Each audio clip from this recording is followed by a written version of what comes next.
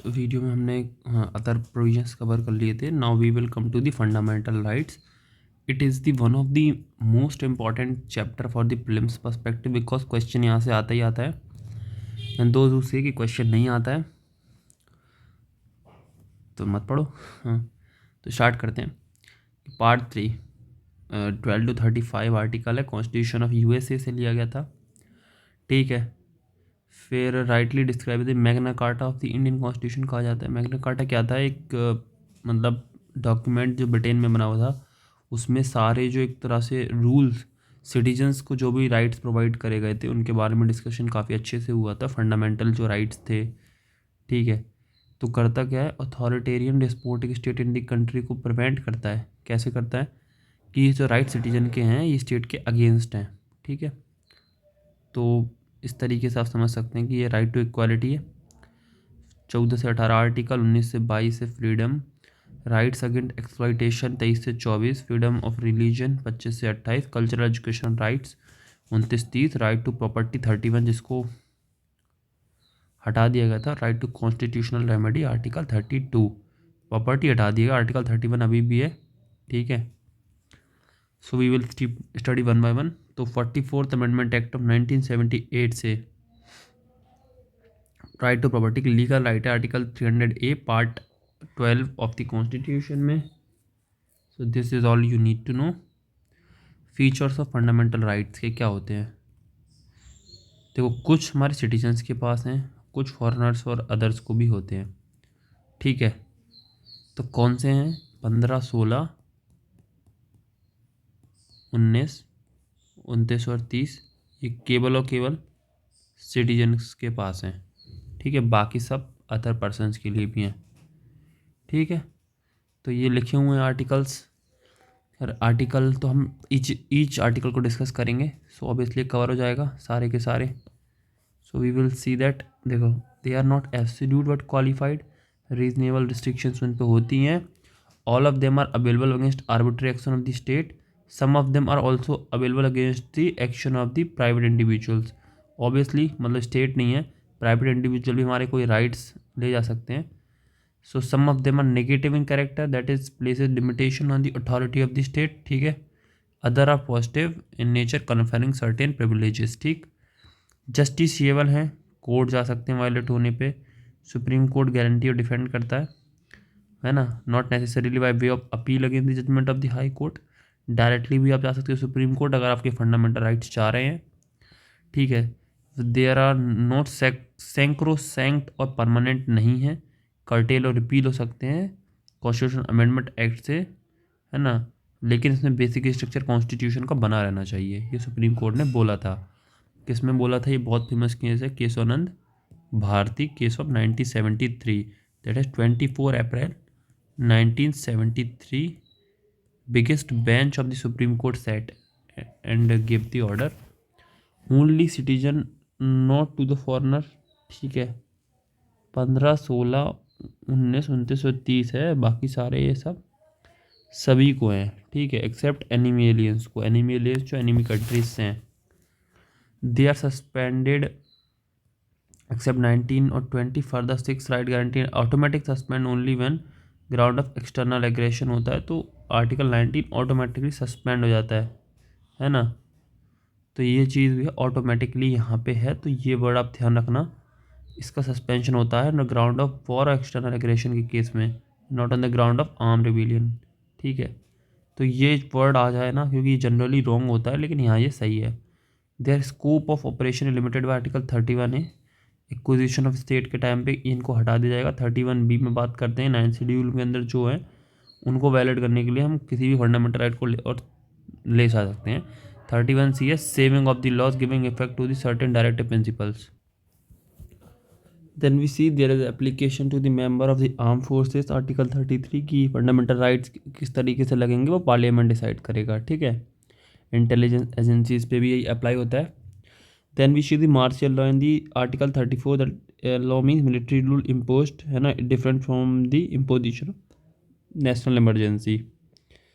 35 है मतलब most of them directly enforceable होते हैं. मतलब कुछ होंगे जो लॉ के बेसिस पे इम्प्लीमेंटेड होंगे, तो वो जो through out the country uniformity maintain करनी है ना, उसके लिए आर्टिकल 35 हमारा प्रोविज़न रखता है। Then definition of the state given है, ठीक है। तो जो डेफिनेशन स्टेट है वो आर्टिकल 12 में है, ठीक है। तो कौन सी है? गवर्नमेंट लेजिस्लेटर अथॉरिटी बॉडी, ये जितनी भी हैं जो गवर्नमेंट रिलेटेड है, ओएनजीसी वगैरह, they are considered state. According to supreme court, even a private body और agency working as the instrument of the state fall within the meaning of the state under the article 12। तो हमारी जो term state mentioned है ना, तो उसको मतलब यहाँ पर बेसिकली बताता है कि ये इन्वॉल्व है, डिफाइन नहीं करा गया है, ठीक है, बेसिकली। तो law inconsistent with fundamental rights, ठीक है। तो अब कुछ लॉ होंगे जो इनकन्सिस्टेंट होंगे, तो उनको नल एंड वॉइड कर दिया जाएगा, ठीक है। तो यहाँ पे भी काफ़ी इश्यूज रहे थे। तो यह लिखा था कि further article 13 declare that constitutional amendment is not a law, hence can not be challenge. However supreme court in case वन Bharati that constitutional amendment can be challenge the ground that it violate the fundamental right therefore that form the part of the basic structure of the constitution and hence can be declared void. तो issue ये चल रहा था कि fundamental rights का violation क्या constitutional amendment को कहा जाएगा, बिकॉज कॉन्स्टिट्यूशनल अमेंडमेंट को ऑर्डिनरी लॉ गवर्नमेंट मानना चाह रही थी ताकि उसको इम्यूनिटी मिल जाए जुडिशियल रिव्यू से। But supreme court in the case Navanand Bharati case clarified that they are fundamental rights का मतलब जो वायलेशन कर रहा है, अगर कॉन्स्टिट्यूशनल अमेंडमेंट भी है, they are also part of the law. So basically they are also part of that act. That means the term law जो है ना, उसके अंदर कॉन्स्टिट्यूशनल अमेंडमेंट भी आएंगे। देयरफॉर देखिए, तो अब हम देखेंगे कि राइट टू इक्वालिटी के बारे में। तो equality before law and equal protection of law. देखो, इक्वल प्रोटेक्शन ऑफ लॉ और इक्वालिटी बिफोर लॉ, लॉ के आगे सब बराबर हैं और सबको लॉ से इक्वल प्रोटेक्शन दिया जाएगा जो कि इक्वल है, ठीक है। तो equality before law is a British origin, while concept of equal protection law has been taken from American constitution, ठीक है। क्योंकि इक्वल प्रोटेक्शन ऑफ लॉ ना सबको दिया जाएगा, यानी कि कहीं ना कहीं इक्वालिटी की जो फीलिंग है, एक है ना कि लॉ के आगे सब बराबर हैं, यानी लॉ सुप्रीम है, ठीक है। इक्वालिटी बिफोर लॉ, लॉ के आगे सब बराबर हैं, ठीक है। इक्वल प्रोटेक्शन ऑफ लॉ, सबके अधिकारों को बराबर से बचाया जाएगा, ठीक है। Legal word person include legal person, statutory corporation, rights on all person whether citizen of foreigner, ठीक। Second concept, so second concept है on the other hand equality of treatment under the equal circumstances both in privileges conferred and liability imposed by the law, ठीक। तो equal treatment under equal circumstances that you need to know, ठीक है। The similar application of similar to all the person who are similarly situated, like should be treated alike without any discrimination. Thus former is a negative concept while later is a positive concept. Both aim to establish equality of legal status, opportunity, justice. Supreme Court held that where equals and unequals are treated differently, Article 14 does not apply. While Article 14 forbids class legislation, it permits reasonable classification of person, object, and transactions by the law. But the classification should not be arbitrary, artificial, evasive. Rather, it should be based on intelligible differences and substantial distinction. ठीक, मतलब कि जो अनइक्वल्स हैं उनको equally treat नहीं करा जाएगा under article 14, but that should not B arbitrary, की मन से बना दिए, मतलब किसी ने किसी को बोल दिया यार ये तो ऊपर है तो नीचे है, it is not like that. Rule of law, तो rule of law propounded by A.B. Dicey ने करा था। 3 है absence of arbitrary power, that no man can be punished except the breach of law. Equality before law, that is equal subjection of all citizens to the ordinary law of the land administered by ordinary law courts. Primacy of the right of the individual, that is the constitutional result, is the result of the right of the individual is defined and enforced by the court law rather than constitution being source of the individual rights, ठीक है। is the result of the right of the individual because, ठीक है, no one is above the law, ठीक है। Every man what ever भी rank condition ordinary law real में है। तो ये कहा था इन्होंने, ठीक है। किसने बोला था ये? A.B. डायसी ने, ठीक है। First and second elements are applicable to Indian system, not the third one application नहीं होता है in the Indian system. Constitution is the source of the individual rights, ठीक है। तो ये यहाँ पे अप्लाई नहीं होता। ये इनके तीन जो उन्होंने प्रिंसिपल दिए थे। Supreme court held rule of law as a modern article 40 basic feature of the constitution. तो rule of the law is a basic structure का पार्ट है, एक्सेप्शन टू द इक्वालिटी, ठीक है। प्रेसिडेंट और गवर्नमेंट को immunities मिलती हैं, ठीक है। कुछ इम्यूनिटीज़ हैं उनकी। No civil proceeding against president governor shall be instituted, ठीक है। 2 मंथ का नोटिस आएगा। अरेस्ट इम्प्रीजनमेंट ऑफ नहीं होना चाहिए। No criminal proceeding whatsoever नहीं होगी। President governor not answerable to any court exercise, ठीक है, नहीं जाना। No person shall be liable to any civil criminal proceeding any court और पब्लिकेशन ऑफ न्यूज़, मतलब जो भी हमारा हाउस में चल रहा है उसकी जानकारी 3061A। फिर है कि no member of parliament shall be liable to proceeding any respect to any vote given, ठीक है। तो 105 के तहत जो भी वोट दिया जाएगा कोई भी लाइबिलिटी नहीं होगी। पार्लियामेंट्री प्रिविलेजेस है article 105। No members to legislative state shall be liable to any proceeding court before him, article 194 में है। ये है लेजिस्लेटिव जो प्रिविलेजेस है। 31C is exception to article 14 है। Law made by the state for implementing directive principle, clause B और C of the 39B can not be challenged on the ground that they are violating, मतलब 39B और जो C में clause हैं वो अगर वो चैलेंज करते हैं किसी भी डायरेक्टिव प्रिंसिपल को इम्प्लीमेंट करने के लिए, फंडामेंटल राइट जब चैलेंज होता है तो आर्टिकल 14 अप्लाई नहीं होगा। तो फिर 31C comes in, article 14 goes out, ठीक है। तो आर्टिकल 31C में कहा गया है to implement certain directive principles there can be the fundamental rights that can be abridged, ठीक है। तो आर्टिकल 14 और 19 चले जाते हैं जनरली, आर्टिकल 14 तो जाता ही है। आर्टिकल 19 भी कुछ केसेस में डायरेक्टिव्स को इम्प्लीमेंट करने के लिए चला जाता है। तो डीपीएसपी फंडामेंटल राइट के रिलेशन को लेके इसमें डीपीएसपी मोर पावरफुल है, वरना फंडामेंटल राइट मोर पावरफुल है। क्यों? क्योंकि वो जस्टिशिएबल है, जबकि फंडामेंटल डीपीएसपीस आर नॉट जस्टिसेबल। सो यहाँ पर कहीं ना कहीं फंडामेंटल राइट्स का पलड़ा भारी है ऑन डीपीएसपी और मोरल परसेप्ट्स, ठीक है। फिर the foreign sovereign rulers ambassador deploy enjoy immunity from criminal civil proceedings, UNO agency diplomatic immunity, ठीक है। तो IT इंटरनेशनल रिलेशंस का पार्ट है IR का। Prohibition of the discrimination on certain grounds, ठीक है। So these are the article 15 religious race caste sex and place of birth के नाम पे only. The word discrimination means to make, ठीक है, रिगार्ड टू द, ये सब है। Only cannot discrimination other ground is not prohibited, याद रखना है। Religion race caste sex place of birth के अलावा और कोई भी डिस्क्रिमिनेशन चलेगा तो वो आर्टिकल 15 का वायलेशन नहीं होगा, ठीक है। 4 exception to the general rule of non discrimination, ठीक है। State is permitted to make any special provision for women and children, ठीक है। रिजर्वेशन ऑफ सीट्स का, special provision advancement of backward classes. तो हम देखते हैं 15(6) में ये जो है ना प्रोविजंस है हमारे रिजर्वेशन वगैरह के, है ना। तो रिजर्वेशन वगैरह क्या है? ये अफर्मेटिव एक्शन है। क्योंकि अनइक्वल्स हैं तो उनको इक्वालिटी पे इगैलिटेरियन बनाने के लिए सोसाइटी को ये सब करा जा रहा है। The state is empowered to make any special provision for the advancement of any socially and educationally backward classes और द शेड्यूल्ड कास्ट और the scheduled tribe regarding the admission to the education institution. This also includes the private educational institutions, whether aided or unaided by the state, except the majority educational institutions. State is empowered to make any special provision for the advancement of any, मतलब हमें पता है ये कि EWS के लिए आ गया है, ठीक है। तो ये भी सब दिया हुआ है। Reservation of OBC educational 93rd constitutional amendment ने बात की थी OBCs को लेके, ठीक है।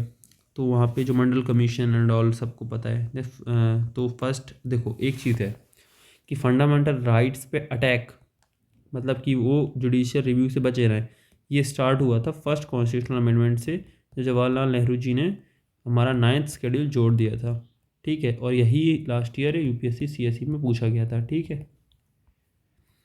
प्रोविजन ऑफ द आर्टिकल 15, ठीक है। 15(1), 15(2), 15(3), 15(4), 15(5), 15(6), देखो ये क्या है। तो ये देख सकते हैं कहीं ना कहीं आप भी ये सब ऐड करे गए हैं। 10% EWS 103 है, 15(6) में, 15(4) में रिजर्वेशन है, 15(3) में 15(4) में जो SC/ST को रिजर्वेशन है उसकी बात करी गई है, ठीक है। फिर ये कोटा सिस्टम OBC वगैरह का IIM सब में अप्लाई हो गया, क्रीमी लेयर वाला कंसेप्ट आ गया है। रोहिणी कमीशन एंड ऑल आप पढ़ेंगे रोहिणी कमीशन के बारे में। सब categorisation of OBCs and SC/ST के लिए भी काफ़ी चल रहा है अब कि उनको भी सब कैटेगराइज करना चाहिए, ठीक है। फिर एग्रीकल्चरल लैंड, अब ये कुछ आ गया है कि देखो OBC के लिए क्या है कि क्रीमी नॉन क्रीमी लेयर की कंडीशंस ये दी हुई हैं। Group A, group B, class E, all India services. Children of the following category belong to OBC does not avail quota benefit, ठीक है। जजेस हैं या UPSC चेयरमैन मेंबर्स हैं। Group A class 1, group B class 2 officer of all India central state service employee holding equivalent post in PSU bank insurance organisation university also private employment person who are in the rank of the colonel and above in the army equivalent post in Navy, the Air Force or paramilitary force, professionals like doctors, lawyers, engineers, artists, authors, consultants and so on, ठीक है। तो इनके बच्चे जो है ना उनको वहाँ पे प्रोफेशनल, अगर डॉक्टर है कोई तो उनको क्रीमी लेयर में ट्रीट करा जाएगा। Professional engage in trade, business and industries, peoples holding agriculture land above the certain limit and vacant land और बिल्डिंग इन अर्बन एरिया, ठीक है। तो ये मतलब कुछ कंडीशंस हैं हालांकि। और फिर 8 लाख की जो लिमिट लगाई गई थी क्रीमी लेयर के लिए,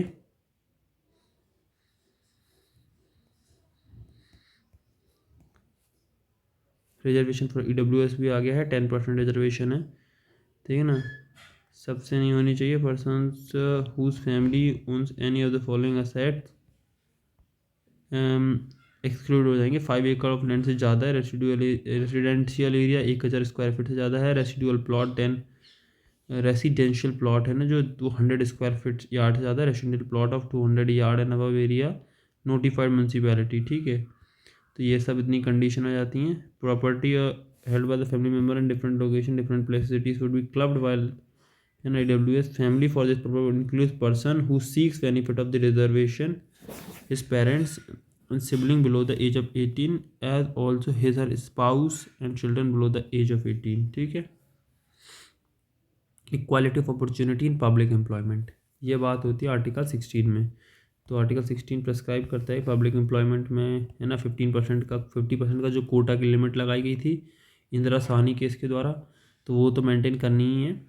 साथ में हम देख सकते हैं कि यहाँ पे कुछ स्टेट्स को लेके है ना, स्टेट्स के पास में जैसे कुछ अपने राइट्स हैं। 16(1), 16(2), 16(3), 16(4) में देखो appointment post in favour of backward classes है, तो 16(4) यहाँ है। 16(4)A कॉन्सिक्वेंशियल सीनियरिटी को लेके है कि मतलब सीनियरिटी में भी जो नागराज केस में बात हुई है कि क्या सीनियरिटी में भी कोटा सिस्टम लगाना चाहिए, तो अभी वो नहीं है। 16(4)B है, 16(5) है ना, 16(6) state is not prevent from, ठीक है। मंडल कमीशन एंड आफ्टर मैथ हुई थी, तो ये सब वही रिजर्वेशन को लेके था। तो अभी इतना डीप में हमें इस समय नहीं पढ़ना है, मतलब मेंस के लिए आप पढ़ सकते। कैरी फॉरवर्ड रूल रहेगा कि जो भी बैकलॉग बचेगा उसको नेक्स्ट वैकेंसी में जोड़ा जाएगा, बट वो 50% कोटा की लिमिट के बाहर होगा। परमानेंट बॉडी इनकी एग्जामिन करेगी, तो नेशनल कमीशन फॉर OBC थे, NCBC बैकवर्ड क्लासेस और OBC के लिए, OBC नहीं है, NCBC कहते हैं।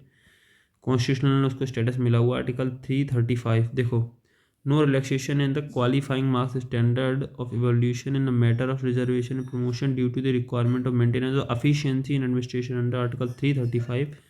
तो ये एफिशिएंसी ऑफ एडमिनिस्ट्रेशन के लिए है, लेकिन डिफाइन नहीं करा गया एफिशिएंसी ऑफ एडमिनिस्ट्रेशन। यही हमारा UPSC CSE 2023 में पूछा गया था। सो बी प्रिपेयर्ड फॉर देखो Ramanandan committee appointed to identify creamy layer among OBC, ठीक है। तो ये सब उसके लिए हुआ था। 102 अमेंडमेंट 2018 में कन्फर्ड है। कॉन्स्टिट्यूशनल स्टेटस टू इस बॉडी को मिल गया था, national commission for backward classes, जो कि 1993 में बनी थी, ठीक है। तो ये सब काफ़ी ज़्यादा है। तो रिजर्वेशन 103 2019 वाला था। एवोल्यूशन ऑन टचबिलिटी आर्टिकल 17 है। अनटचबिलिटी इज नॉट डिफाइंड है। अनटचबिलिटी ऑफ ऑफेंसेस एक्ट है 1955 comprehensive. The term has not been defined either in constitution or in the act. However, the Mysore High Court, the subject matter of article 70 is not untouchability in literal or grammatical sense, but the practice is as it had developed historically in the country, refer to the social disability impose on a certain class of a person. तो ये सब उसके बारे में है ना। Against privately individuals भी है, ठीक है। तो ये देखो, in the peoples union democratic right case 1982, ठीक है, supreme court held right under article 70 available against private citizen also. Evolution of titles, conferring any title except military और एकेडमिक डिस्टिंक्शंस को छोड़ के, no foreign citizen any office of profit except present वगैरह नहीं लेने चाहिए किसी भी पर्सन को या फॉरेनर को जो कि गवर्नमेंट के अंडर में काम कर रहा है। Citizen from accepting the titles from foreign state बचना चाहिए। Foreigner holding any office of profit trust under the state can not accept title from a foreign state without the consent of the president. तो president की consent यहाँ पे चाहिए। In the Balaji Raghavan case 1995, Supreme Court upheld the constitutional validity of national award Bharat Ratna, Padma Vibhushan, Padam Bhushan, Padam Shri. It ruled that these awards do not amount to titles within the meaning of Article 18 that prohibit only hereditary title of nobility. Therefore, they are not a violative article, as theory of equality does not mandate that merit should not be recognized. ठीक है, it should not be used as suffix or prefix to the name of awardee, otherwise they should be forfeited award. तो अगर suffix और prefix के रूप में कोई बार बार अपना इनको यूज़ करता है तो उनको हटा दिया जाएगा। These national award were instituted in 1954, Janata party government headed by Morarji Desai distinct 1977, but they again divided in 1980। Padma award are announced every year on occasion republic day for the brief interruption during 1978 79 93 27 में इनको रोक दिया गया था, ठीक है। तो ये सब दिया हुआ है ना। Total number of Padma Award be given in a year for should not be more than 120. Similarly, number of Bharat Ratna restricted to maximum 3 in a particular year. ठीक है, तो ये कुछ चीज़ें हैं। राइट टू फ्रीडम देखना है। Right to freedom में जो हमारे 6 राइट्स दिए हुए हैं, right to freedom of speech and expression, right to assemble peacefully without arms, right to form association और द यूनियन और cooperative society, right to move freely throughout the territory, right to reside and settle in any part of the territory, right to practice any profession or carry out any occupation, trade and business। ठीक है। 7 right but the right to acquire dispose of the property delete हो गया था 44th amendment act 1978 से, इसको legal right बना दिया गया था आर्टिकल 300A के अंदर में, ठीक है। तो ये हमने पढ़ा हुआ है। The 6th right protect against only state action not the private individuals, ठीक है। Moreover these rights are available only to the citizen and to the shareholders of the company but not to the foreigner और legal person company corporate, ठीक है। State can impose reasonable restrictions on the employment of these right, है ना। 6 rights contain है ना, freedom of speech and expression, employ citizen belief conviction mouth, जो भी लिखना चाहता है बोलना चाहता है। तो सुप्रीम कोर्ट ने क्या बोला था,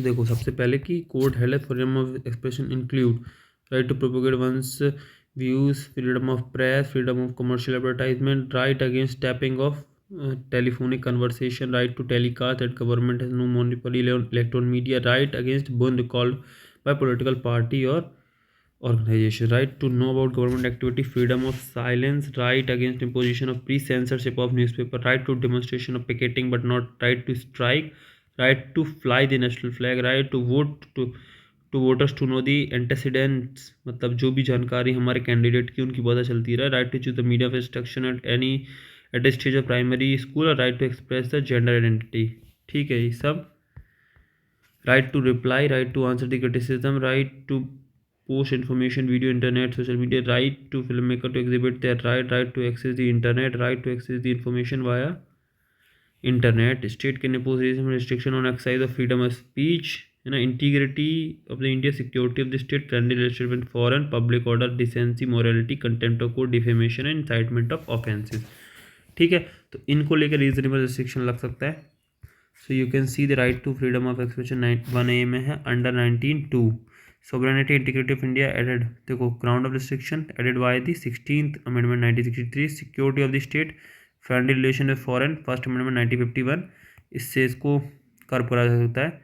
public order added by first amendment 1951। Decency, morality, contempt of court, defamation, incitement of offences added by first constitutional amendment. तो आप देख सकते हैं कि फर्स्ट जो कॉन्स्टिट्यूशनल अमेंडमेंट था वो कहीं ना कहीं फंडामेंटल राइट्स पे एक तो कंट्रोल लेने के लिए लाया गया था, जिसमें 9th शेड्यूल भी ऐड किया गया था, जिसको ब्लैंकेट प्रोटेक्शन की बात कही गई थी। बट वो सुप्रीम कोर्ट ने मना कर दिया कि भैया कोयलो केस में कि ब्लैंकेट प्रोटेक्शन नाम की कोई चीज़ नहीं मिलेगी।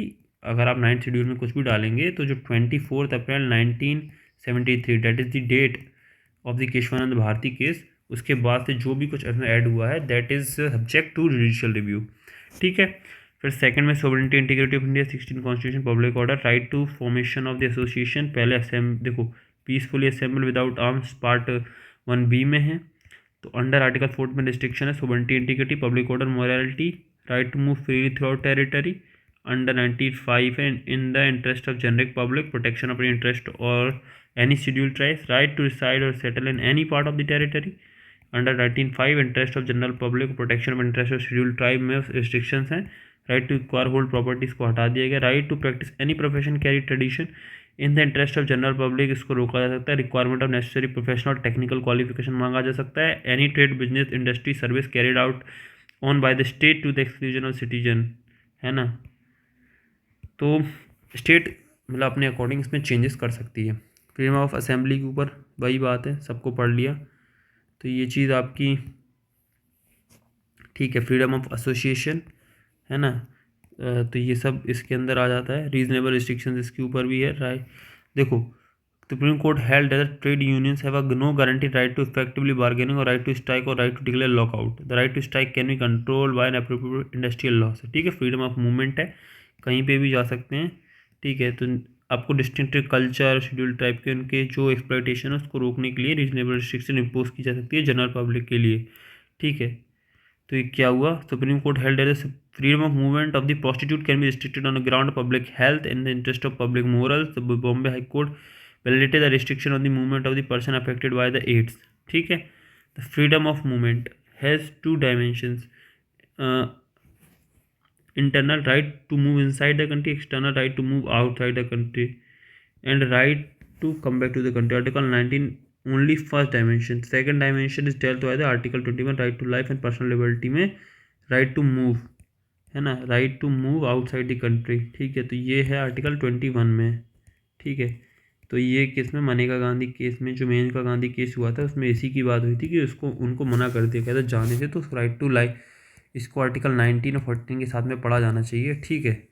तो फ्रीडम ऑफ रेसिडेंस, तो ये बात हुई थी उसमें, ठीक है। फ्रीडम ऑफ रेसिडेंस की बात हो रही है, तो अब आप रह सकते हैं। देखो every citizen right to reside any part of the territory this no, ठीक है। अब उसके बाद में क्या, state can impose general restriction और शेड्यूल ट्राइब्स एरिया जहाँ पर उनकी कस्टम्स और उन सबको सेफ गार्ड करने के लिए सब करा जा सकता है। Supreme court held that certain areas can be banned for certain kind of person like prostitute and habitual from clear, it's clear that the right to residence right to movement are overlapping to some extent, both are complementary, ठीक।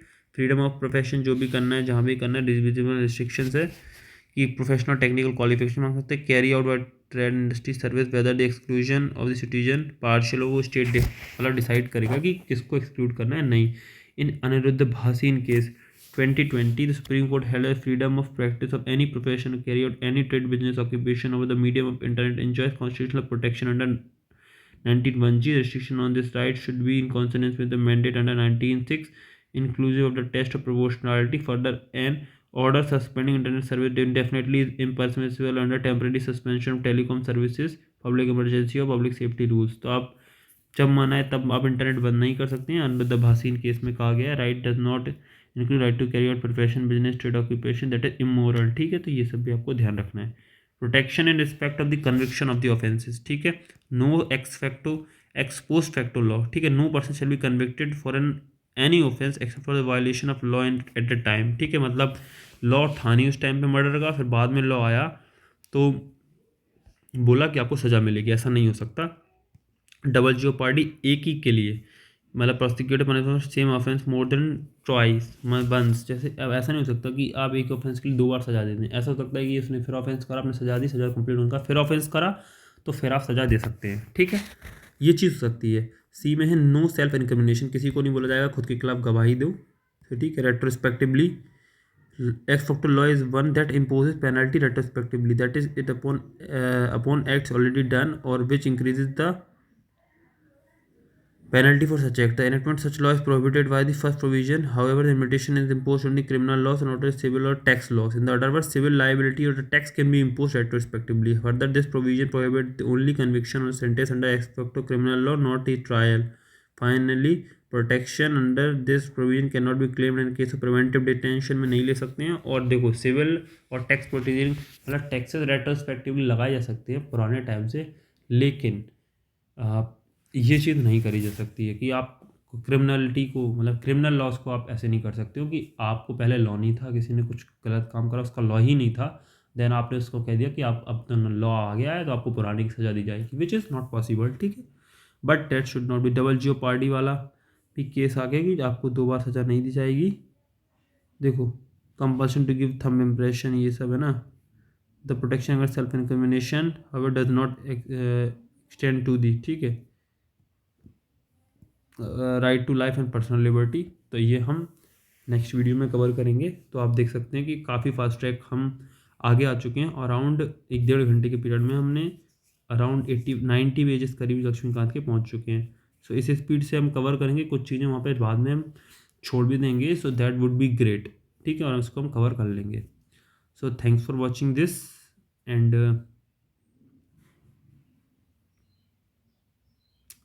we will see this in the next video.